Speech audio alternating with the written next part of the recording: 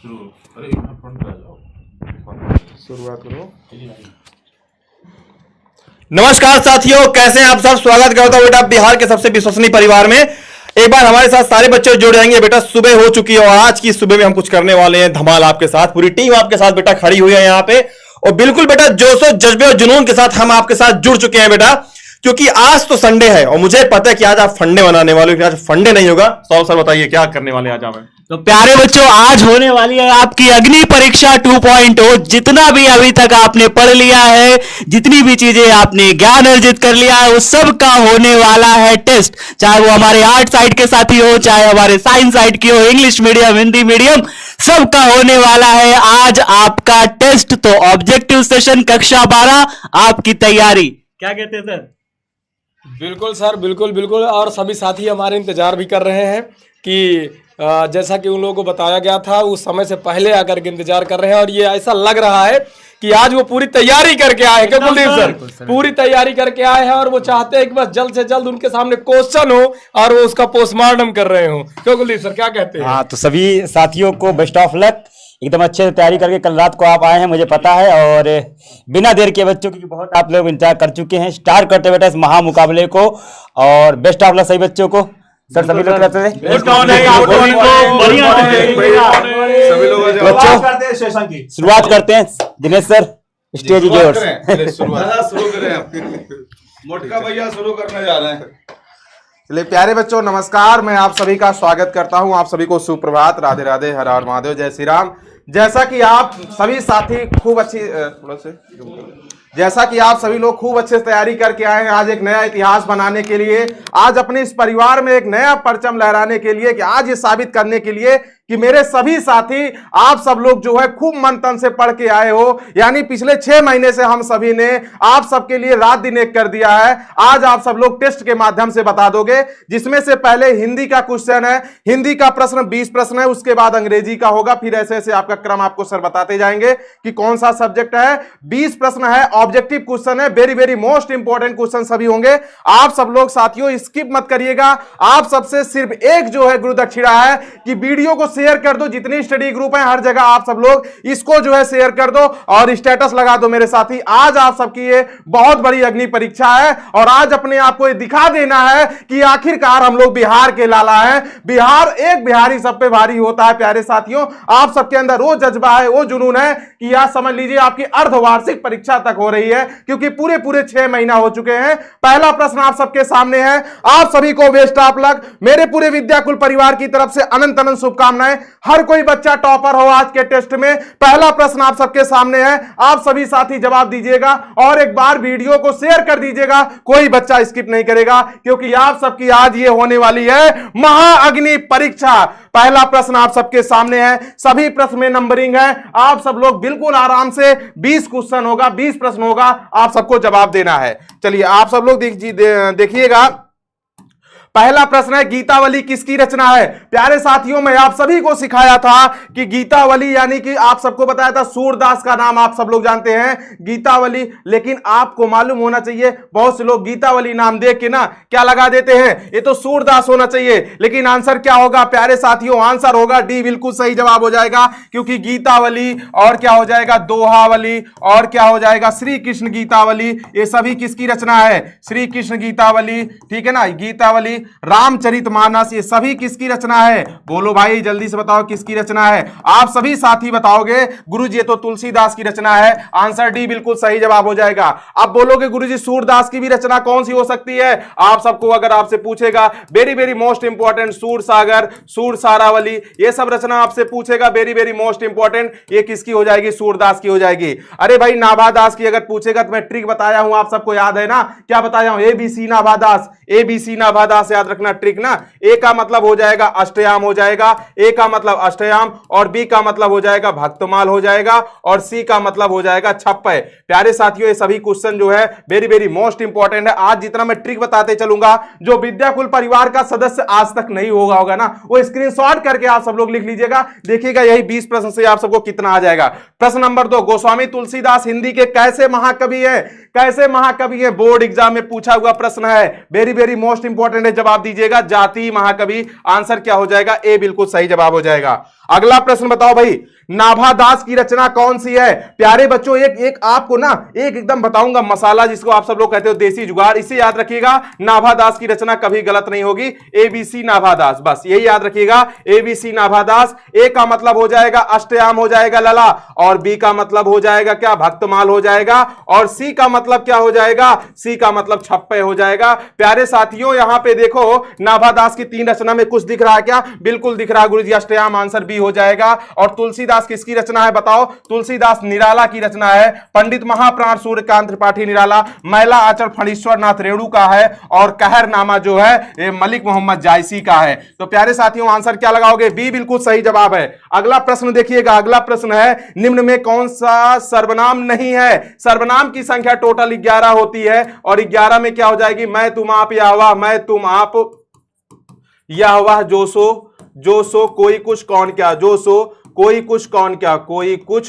कौन क्या। अब देखो इसमें जो है कौन ऐसी है, कुछ कोई कुछ कौन क्या।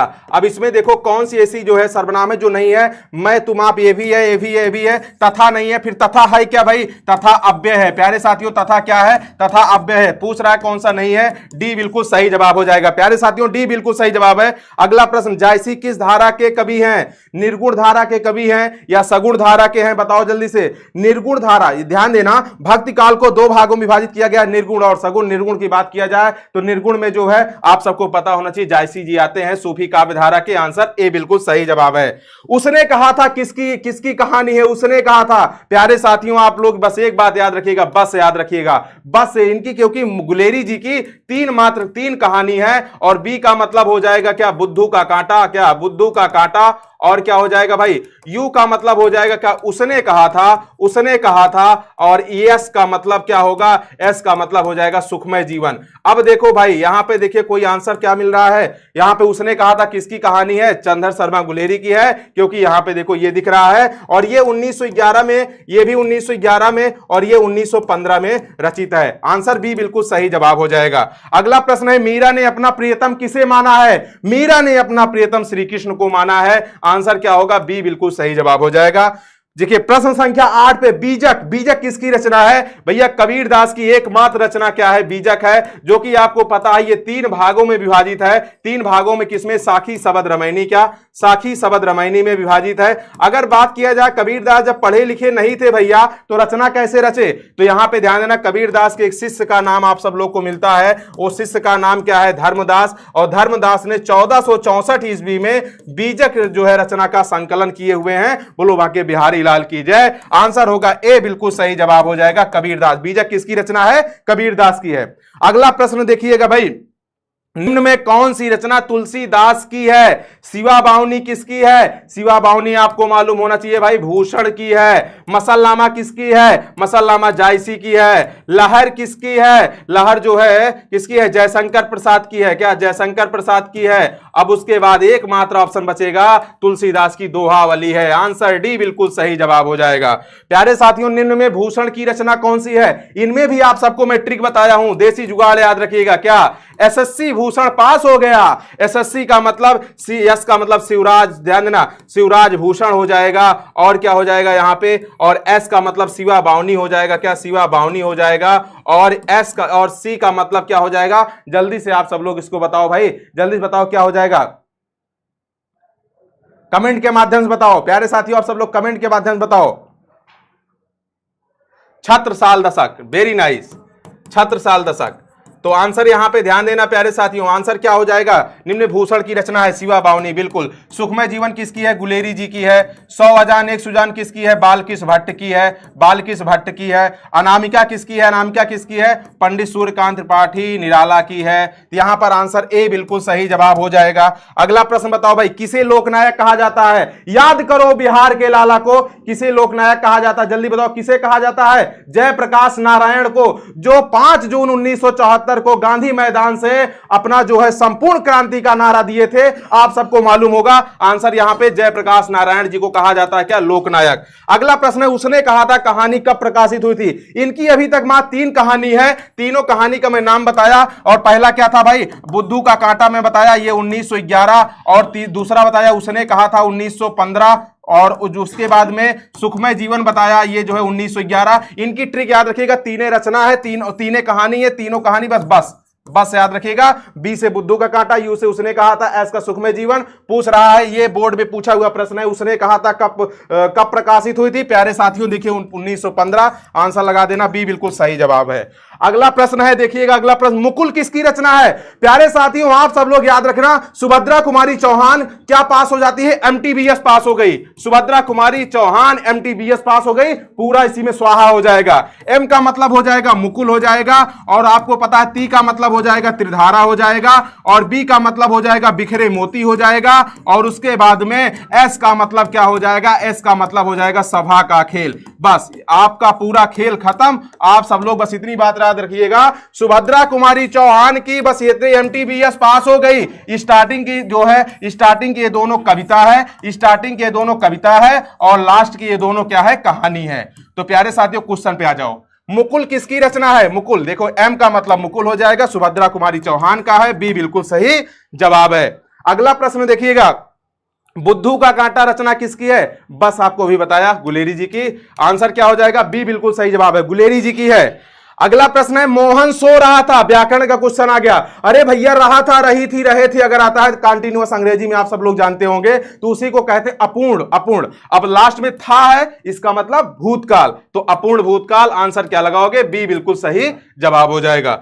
अगला प्रश्न है, निम्न में महाकाव्य है। अरे भैया निम्न में महाकाव्य आपको मालूम होना चाहिए, कामायनी ये जो है किसकी है भाई? जयशंकर प्रसाद की। जयशंकर प्रसाद की दोस्तों, ये किसकी कहानी, किसका महाकाव्य है? जयशंकर प्रसाद का। अगर बात किया जाए, इरावती बहुत महत्वपूर्ण इसलिए है क्योंकि भैया ये अपूर्ण उपन्यास है, पूरा नहीं हुआ है। क्या पूरा नहीं हुआ है? अगर आपसे पूछे गुरु जी इनका उपन्यास सिर्फ बता ही दो, जयशंकर प्रसाद की तीन कौन कौन सी है? याद रखिएगा, केटीआई। बस के का मतलब क्या हो जाएगा? कंकाल हो जाएगा, पी का मतलब हो जाएगा तितली हो जाएगा, और आई का मतलब वही जो लास्ट वाला ऑप्शन दिख रहा है, डी इरावती।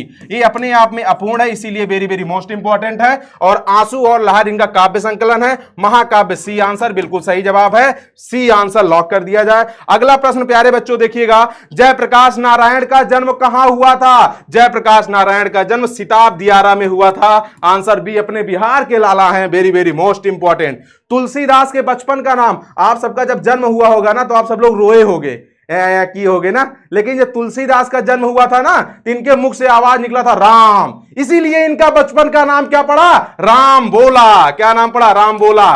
ठीक है। और बाउल किसके बचपन का नाम था? जयप्रकाश नारायण का। क्या? जयप्रकाश नारायण का नाम है बचपन का। और तुलसीदास के बचपन का नाम राम बोला क्योंकि इनके मुख से राम वर्ड निकला था। संपूर्ण क्रांति के रचनाकार कौन है? प्यारे साथियों, संपूर्ण क्रांति के रचनाकार जयप्रकाश नारायण। कब भाषण दिए थे संपूर्ण क्रांति का? अरे भाई 5 जून 1974 याद रखो, वो गांधी का मैदान याद रखो। ना उस तरह आज तक भाषण हुआ है, ना कभी होने की संभावना दिखती है, जिस तरह हमारे जेपी नारायण, जयप्रकाश नारायण जी 5 जून 1974 को दहाड़े थे। चलिए आज के दिन का हिंदी का लास्ट प्रश्न है, आप सब लोग जल्दी से जवाब दे दो और ये भी बता दो 20 में कितना प्रश्न आपने सही किया। किसने कहा था अभी न जाने कितने मीलों इस देश की जनता को जाना है?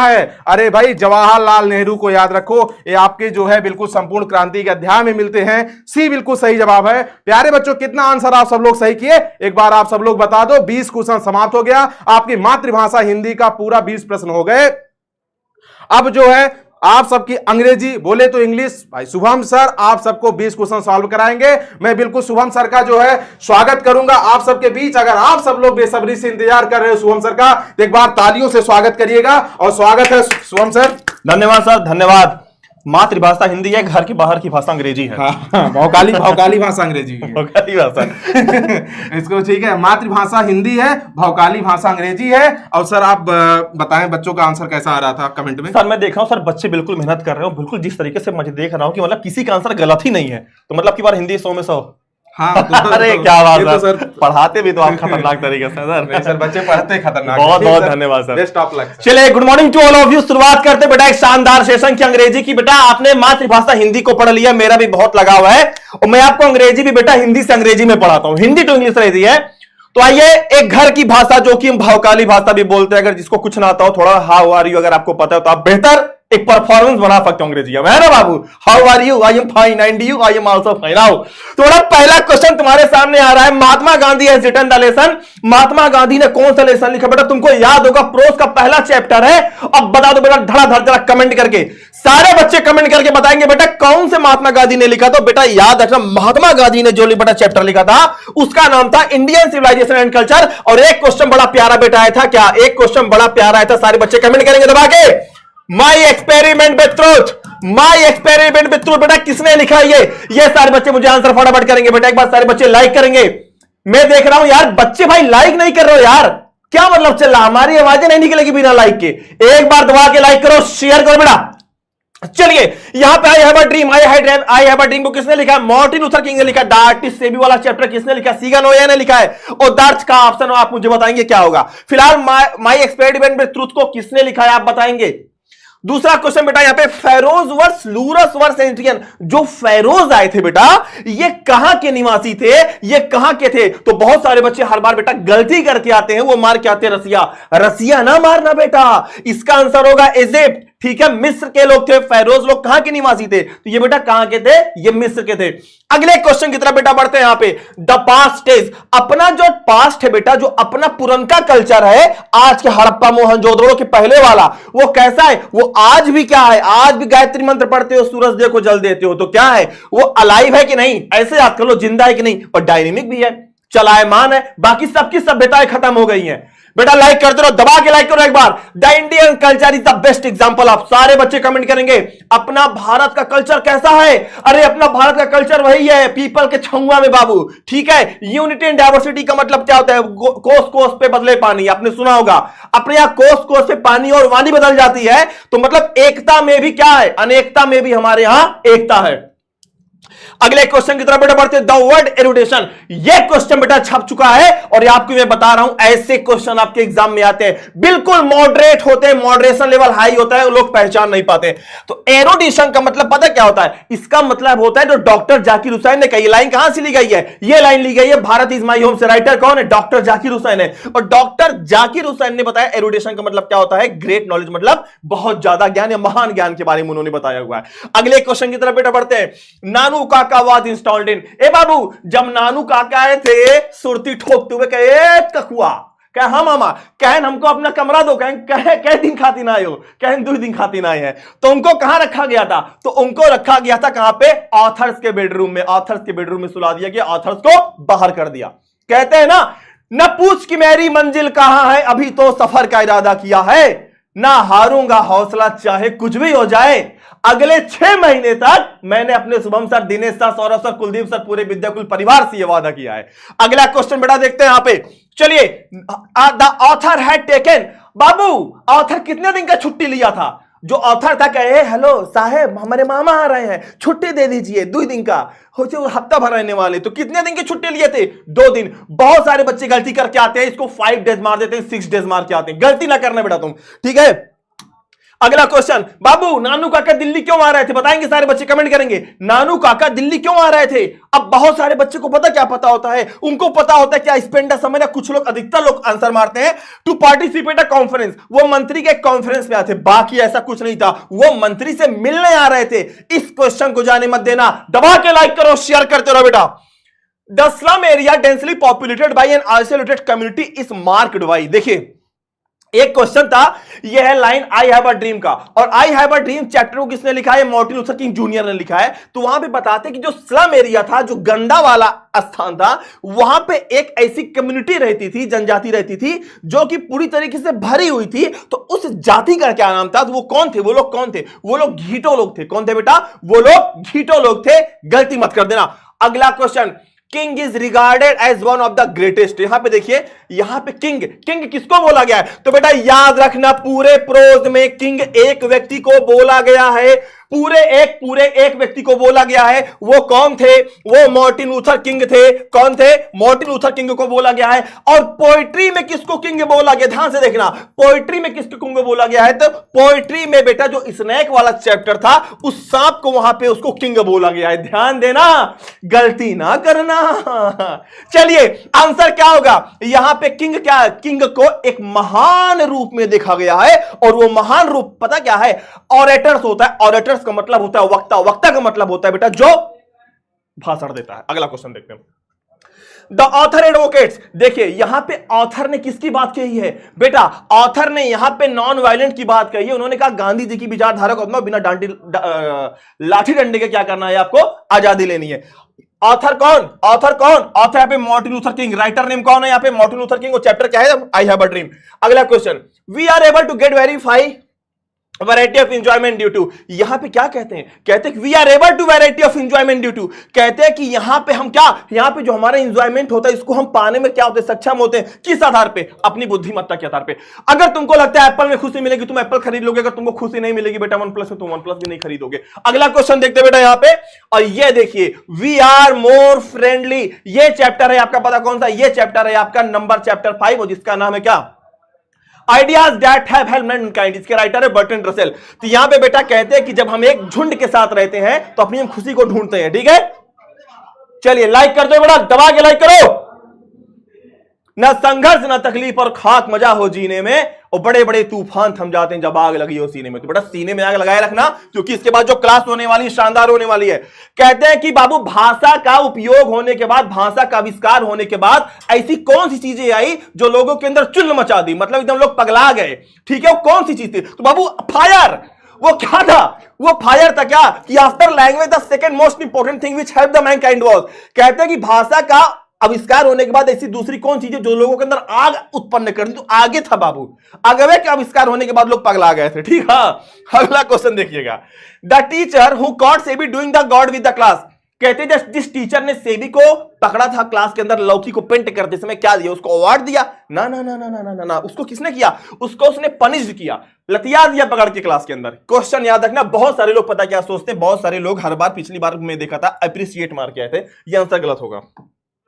चलिए यहां पे the teacher in date complaint against Sebi twice. यहां पे जो टीचर था उसने किससे कंप्लेंट की थी? बेटा याद रखना, उनकी अम्मा से जाके किया था। अम्मा ने पापा को बताया, फिर पापा ने सेबी को ठोक दिया। ठीक है, लाइक नहीं हो रहा बेटा, लाइक करो दबा के। मैं देख रहा हूं गजब का जज्बा है भाई साहब, गजब का जुनून है, गजब का जुनून है। एक एक बच्चा बिल्कुल सही आंसर कर रहा है, इसी को बोलते हैं संघर्ष। आइए चलिए, यहां पे Savitri travels by foot. Grammar का क्वेश्चन है, सावित्री अपने पैरों से चलती है। अब यहां तुम भटक जाओगे, मुझे पता है तुम भटकोगे। तो वो क्या है? अगर सावित्री अपने पैरों से चलती है तो क्या वो एक ट्रेवलर है? नहीं। वो एक स्टिकलर है जो डंडे से चलती है? क्या वो एक डिसिप्लिनियन है? ठीक है, नहीं। क्या वो एक पेडेस्ट्रियन है? नहीं। तो है क्या? तो बेटा याद रखना सारे बच्चे, ऐसे question SSC, CGL, CDS, navy, अगड़म बगड़म जितने भी क्वेश्चन आपके होते हैं, जितने भी कंपटीशन के एग्जाम होते हैं, ऐसे क्वेश्चन आते हैं। सावित्री ट्रेवल्स बाय फुट, जो पैरों से चलता है उसको पेड बोलते हैं। उसको क्या बोलते हैं? पेडेस्ट्रियन बोलते हैं। पेडेस्ट्रियन का मतलब होता है बेटा पैदल यात्री होता है, याद रखना, भूल न जाना। साथ ही साथ निभाना कोकिला मोदी वाला। चलो अगला क्वेश्चन देखते हैं। यहां पे आई है, यहां पे क्या है? यहां पे आई है, रुको ना सुनीता, रुको। I have to do it, इसका पैसिव वॉइस करना है। अब बहुत सारे बच्चे पता क्या करते हैं? हैव देखते हैं, पगला जाते हैं, नीचे हैव बीन मार देते हैं। और क्वेश्चन में तुमको हैव बीन दिखेगा तो हैव बीन नहीं मारना है, हैव बीन नहीं मारना है। अगर हैव के साथ टू हो, अगर हैज के साथ टू लगा हो, अगर हैड के साथ टू लगा हो तो कुछ नहीं, अगवा बी लगा देना है। और बी के बाद हमेशा कौन सा फॉर्म आता है बच्चे? Third form. ये एक्टिव वॉइस, पैसिव वॉइस का टॉप का लेवल होता है, टॉप का लेवल जो कंपीटिटिव एग्जाम में आते हैं। तो यहां पे हो जाएगा क्या? यहां पे अगर हम इट को इधर कर देंगे, आई को इधर कर देंगे, ये करके दिखाओ, फिर ये करके दिखाओ। इट को इधर करेंगे तो यहां पे हो जाएगा it has to be done by me. Right answer क्या हो जाएगा? ऐसे करके आना है। आई के साथ हैव आया है ना, तो इट के साथ बाबू है जाता है। एक ट्रिक याद रख लो, अगर ऊपर हैज है नीचे भी हैज है, खत्म, दैट्स इट। अगले क्वेश्चन की तरफ बेटा बढ़ते हैं। हु स्टॉल योर बाइक, बहुत बार पूछा गया बेटा, और देखो बहुत सारे बच्चे गलती करते हैं। हु है तो यहां पे क्या करोगे? नीचे बाई हुम कर दोगे, बस खत्म। अब बाई हुम यहां पे है, यहां पे नहीं है, ये आंसर गलत। यहां पे नहीं है, ये आंसर गलत। बच्चा का यहां पे बाई हुम यहां पे। उसके बाद तुरंत सहायक क्रिया आती है। सहायक क्रिया यहां पे केवल है, यहां पे सहायक क्रिया नहीं, मतलब राइट आंसर ये हो गया, खत्म। ऐसे बेटा क्वेश्चन करके आना है। बाई हुम के बगैर तुरंत सहायक क्रिया आती है। देख लो कहां पे, जहां पे है पूरा पढ़वे ना करो, आंसर कर दो। ठीक है, ये है टेक्निकल स्टाइल। अगला question, a person who thinks only himself. ए बाबू, एक जो अपने खाली बारे में सोचता, दिन भर खाली खुद ही चाय पिएगा, खुद ही जाके खुद लोगों से मिलेगा नहीं, खुद ही अपने बारे में सोचता है, उसको क्या बोलते हैं? इसेंट्रिक का मतलब होता है झक्की, प्राउड का मतलब होता है घमंडी वाला, बोस्टर का मतलब होता है जो अपने आप को थोड़ा बढ़ाता है। यहां पे हो जाएगा इगोइस्ट। इगोइस्ट का मतलब होता है जो आत्म के बारे में सोचता है, खुद के बारे में जो सोचता है, उसी को क्या बोलते हैं? इगोइस्ट बोलते हैं। ठीक है? अरे भाई साहब गजब यार, जितने लाइक उतने मतलब लाइक ज्यादा है, लाइक कम है, क्या बात है। एक बार दबा दो बेटा, एक बार और दबाओ। अगले क्वेश्चन की तरफ बढ़ते हैं। फिलहाल अगला क्वेश्चन तो हमारे सौरभ सर का है और मैं बुलाऊंगा सौरभ सर, आइए एकदम शानदार तरीके से सर एकदम धुआं मचा दीजिए आज पूरे बिहार के अंदर, पटना से लेके पटना जंक्शन से अररिया खगड़िया से जहां तक आवाज जाए धूम मचा दीजिए आज। बिल्कुल बिल्कुल सर, आज तो है मैराथन, आप सभी की मैराथन। क्या कहेंगे सर इसे? सर इसे तो आज हम ये बोलेंगे 6 महीने की आपने तो जिस तरीके से आपने ये चीजों को आज लेकर आए हम लोग, बिल्कुल सर, ये आपका आज मतलब आपके अंदर जो जज्बा मेहनत है ना वो जाग जाएगा आज। एकदम एकदम। आज है रिवीजन आपका, जितना भी आपने पढ़ लिया वो सब कुछ आज आपका होने वाला है रिवीजन। कायदे से अच्छे से मेहनत करके आए हो तो आज आपको मिलेगा शानदार तरीके से परिणाम। और टेस्ट है आप सभी का, कमेंट बॉक्स में सबका आंसर यहां देख रहा हूं मैं। आप सभी लगातार बने रहिए, लास्ट तक कुछ सीख के जाइएगा, कुछ समझ के जाइएगा और अच्छे से अपनी तैयारी को मजबूत करके जाइएगा यहाँ पे। तो चलिए जुड़ जाइए फटाफट। आइए अभिषेक सर फटाक से और स्टार्ट करते हैं अपने बच्चों का बिना गुड मॉर्निंग दोस्तों, कैसे हो सभी लोग? तो सर शुरू करते हैं बिना टाइम वेस्ट किए। बिल्कुल सर, बिल्कुल सर। पहला क्वेश्चन आप सभी के सामने आ गया है, एक बार सारे साथी क्वेश्चन पढ़ लीजिए। सर आप हिंदी में पढ़ेंगे इंग्लिश में? हाँ सर। विद्युत द्विध्रुव आघूर्ण का एसआई मात्रक है 2021-2022 में 2 सालों में पूछा गया लगातार। तो SI unit of electric dipole moment is, बताओ जल्दी से सभी लोग कमेंट करो फटाक से। शेयर करना मत भूलो और लाइक करते जाइएगा क्योंकि सेशन इंपॉर्टेंट है। जितने बच्चे बने हैं सब लाइक करिए और शेयर कर दीजिए सारे दोस्तों को। फटाफट बताइए जल्दी से बताओ भाई कौन सा हो जाएगा इसमें से ऑप्शन, कौन सा ऑप्शन सही हो जाएगा? क्या बात है, सारे सही आंसर आ रहे हैं। सर बताइए, सर आंसर बता दीजिए जल्दी से बच्चों को। सर आप बताइए। सर T = आप जानते हैं फॉर्मूला, तो मात्रक हो जाएगा Q, आवेश का मतलब कूलम और लंबाई का मतलब मीटर, तो कूलम मीटर हो जाएगा। पहला ऑप्शन आपका करेक्ट हो जाएगा। नेक्स्ट क्वेश्चन सर आप बता दीजिए, निर्वात में आकाश का पैरावाट, dielectric constant in air of vacuum, dielectric constant of air in vacuum, dielectric constant of air in vacuum. हाँ तो ये हो जाएगा। एक सेकंड बस। प्यारे बच्चों, आज मैं आपके लिए ऐसे क्वेश्चंस लेकर के आया हूं जो मल्टीपल टाइम पूछा है। आपके 6 जो पाठ हैं सारे पाठों में जो मल्टीपल टाइम यानी कि जो कई बार बोर्ड परीक्षा में दिया है, एग्जामिनर का फेवरेट क्वेश्चन लेकर के आपके लिए लेकर के आया हूं। हर एक क्वेश्चन मल्टीपल टाइम पूछा हुआ। तो भैया जल्दी से बताइए इसका आंसर। जल्दी से आंसर बताओ। 9 × 10⁹ farad metre inverse, farad inverse metre 1.6 तो कूलम है सर, ये farad metre inverse, farad metre inverse. जल्दी से बता दो भाई कौन सा ऑप्शन सही होगा। तो प्यारे बच्चों आपको क्या लगता है कि कौन सा ऑप्शन सही है? पहला, दूसरा, तीसरा, चौथा? फटाफट बताइए कमेंट बॉक्स में। अभिषेक सर बता दीजिए बच्चों को। सर मैं इसको टिक कर देता हूं, ग्लाब करिएगा। बिल्कुल सर। तो भाई ये ऑप्शन नंबर 3 हो जाएगा। 8.85 × 10⁻⁻12। एक्चुअली एक इसकी और यूनिट होती है coulomb square upon newton metre square वाली सर, लेकिन अगर फैराड मीटर है तो ये बढ़िया है, कोई दिक्कत नहीं है ना। यूनिट भी याद कर लीजिएगा, दोनों तरीके से पूछा जाता है। हाँ सर, इसकी यूनिट बहुत इंपॉर्टेंट है। यूनिट दोनों पूछे जा सकते हैं। एप्सिलॉन नॉट कहते हैं इसे, निर्वात की परावैद्युता या निर्वात की विद्युतशीलता। चलिए देखते हैं नेक्स्ट क्वेश्चन। कह रहा है कि there is an electrostatic field, एक वैद्युत क्षेत्र कैसा होता है? तो सौरभ सर इसको बताएंगे, कंजर्वेटिव, नॉन कंजर्वेटिव, और यहाँ पे आपके सामने दोनों होता है या नॉन ऑफ दिस। क्वेश्चन बहुत प्यारा है, लगातार एग्जामिनर का फेवरेट क्वेश्चन है आप सभी का। बता दीजिए बेटा, संरक्षी है, असंरक्षी है या फिर संरक्षी असंरक्षी दोनों है या फिर कोई नहीं है? भाई इसमें से सारे ऑप्शन गलत है, आप बता दीजिए कौन सा सही होने वाला है। मुझे जहां तक लगता है कि भैया संरक्षी होता है। बताइए अभिषेक सर सही है? हाँ बिल्कुल बिल्कुल। देखो ये जो इलेक्ट्रिक फोर्स होते हैं वो कंजर्वेटिव होते हैं, मतलब इनका वर्क डन जो है ना वो पाथ पे डिपेंड नहीं करता है सर, ये पॉइंट पे डिपेंड करता है पहला और फाइनल पॉइंट क्या है। ठीक है, तो यहाँ पे ये पूछा गया और बढ़िया क्वेश्चन है सर, मतलब बहुत शानदार क्वेश्चन है। बिल्कुल सर, अगले क्वेश्चन की तरफ नेक्स्ट क्वेश्चन सर, इसे देखिए, पढ़िए सारे साथी एक बार क्वेश्चन। किसी गोलीय पृष्ठ के अंदर यदि +Q आवेश रख दिया जाए तो संपूर्ण पृष्ठ से निकलने वाला विद्युत फ्लक्स का मान कितना होगा? हाँ, शानदार क्वेश्चन है भाई, सभी लोग बताओ सर ऐसा इसका फिगर बना देते हैं, इसके अंदर एक चार्ज रखा है, तो बताओ इससे निकलने वाला फ्लक्स कितना होगा। फटाक से इसका आंसर करो। एग्जामिनर का फेवरेट 3 साल लगातार पूछा है, 19, 21, 22, क्या बात है सर। तो बताइए इसका आंसर। क्या गॉस की प्रमेय याद आ रही है? क्या आप सभी को गॉस की प्रमेय याद आ रही है? आंसर तो फटाफट आ रहा है। क्या बात है सर, सही आ रहे हैं सर? हाँ बिल्कुल सर सही आ रहा है। आप बता दीजिए आंसर फटाक से, क्या होगा? आप बताइए इसका आंसर। हाँ तो बाबू इसमें अगर ऐसा होता है किसी गोली पृष्ठ के अंदर प्लस क्यू आवेश रख दिया जाए तो संपूर्ण पृष्ठ से निकलने वाला फ्लक्स कितना होगा? गॉस की प्रमेय के अनुसार क्यू अपॉन में एप्सिलॉन नॉट होगा। आप सभी ये बात जानते हैं। नेक्स्ट क्वेश्चन बताइए। कह रहा अगला क्वेश्चन कह रहा है कि आवेशित खोखली गोली चालक के भीतर वैद्युत क्षेत्र की तीव्रता होती है, या फिर कह रहा है electric field intensity inside a charge hollow spherical conductor कितनी होती है? भाई देखो एक स्फेरिकल हॉलो कंडक्टर है और इसके अंदर सर चार्ज है कि नहीं? हाँ भाई इसके सरफेस पे चार्ज है आवेशित। अच्छा यहाँ पे चार्ज है भाई, यहाँ पे चार्ज है, तो आपको बताना है कि यहाँ पे क्या हो जाएगा इनसाइड इलेक्ट्रिक फील्ड। शानदार क्वेश्चन है ये, पॉजिटिव। हाँ इनसाइड आप कहीं पे बताओ कि इलेक्ट्रिक फील्ड कितना हो जाएगा। 2 बार पूछा है एग्जाम में, इंपॉर्टेंट है और आपके मंथली एग्जाम में भी पूछा था ये क्वेश्चन। बताइए जरा से कैसा होगा? तो इसका आंसर, सही आंसर क्या होगा? 0, क्योंकि इनसाइड जो होती है इलेक्ट्रिक फील्ड 0 होती है, अंदर कोई भी इलेक्ट्रिक फील्ड नहीं होती। और सर बच्चे तो ऐसे इसको याद रखते हैं ना। हाँ, ई वाला इसको काट दिया, ई वाला इसको काट दिया। हम लोग बचपन में ऐसे ही याद रख लेते थे ना। हालांकि हर जगह हरदम ये एक्सप्लेन नहीं करता है, लेकिन फिर भी सही है कि कैंसिल आउट हो गया, सब प्लस प्लस मिलके कैंसिल कर दिया और 0 हो गया। देखते हैं आगे, देखते हैं। एक बिंदु आवेश q से r दूरी पर विद्युत विभव का मान होता है। सेकंड चैप्टर आ गया है, जल्दी से बताइए इसका सही आंसर क्या होगा।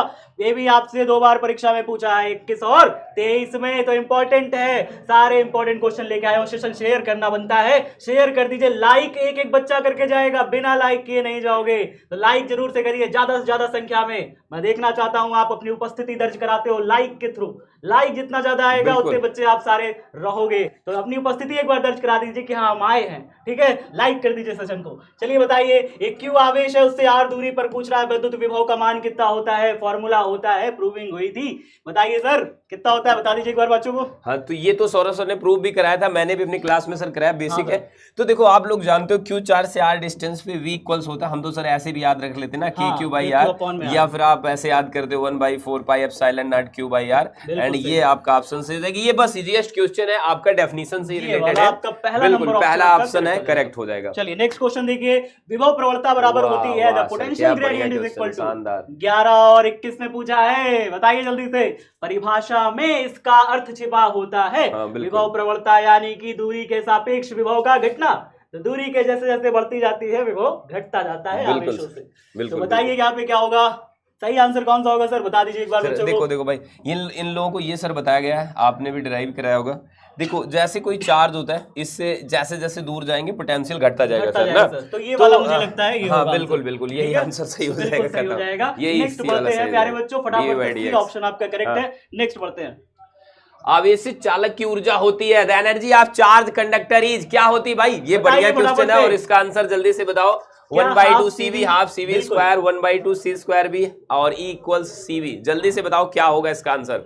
जल्दी बता दीजिए, क्योंकि आप सभी के कमेंट धीमे पड़ रहे हैं। मुझे ऐसा लग रहा है कि आप सभी सुस्त हैं थोड़ा सा। क्या मॉर्निंग में सोकर अभी उठे हो? नहीं सर, 2000 बच्चों की जनसंख्या है, 2000 बच्चे लाइव हैं। तो भाई साहब इसको दम दिखाओ, लाइक करो, शेयर करो फटाफट। हाफ CV स्क्वायर हो जाएगा, इसका सही आंसर क्या हो जाएगा? हाफ CV स्क्वायर 2019-2022 2 सालों में पूछा है लगातार। नेक्स्ट क्वेश्चन बताइए जल्दी से। ओ ये बढ़िया शानदार क्वेश्चन सर, क्या क्वेश्चन चुने आप? देखो भैया 64 जो हमारी है स्फेरिकल बॉल्स हैं, ड्रॉपलेट्स हैं वाटर के, उन्हें जोड़ के हमने क्या बना दिया है सर? एक बड़ी ड्रॉपलेट बना दी ना, एक बड़ी बूंद बना दिया है। और सबकी कैपेसिटेंस कितनी है? 5 माइक्रोफैरेड है।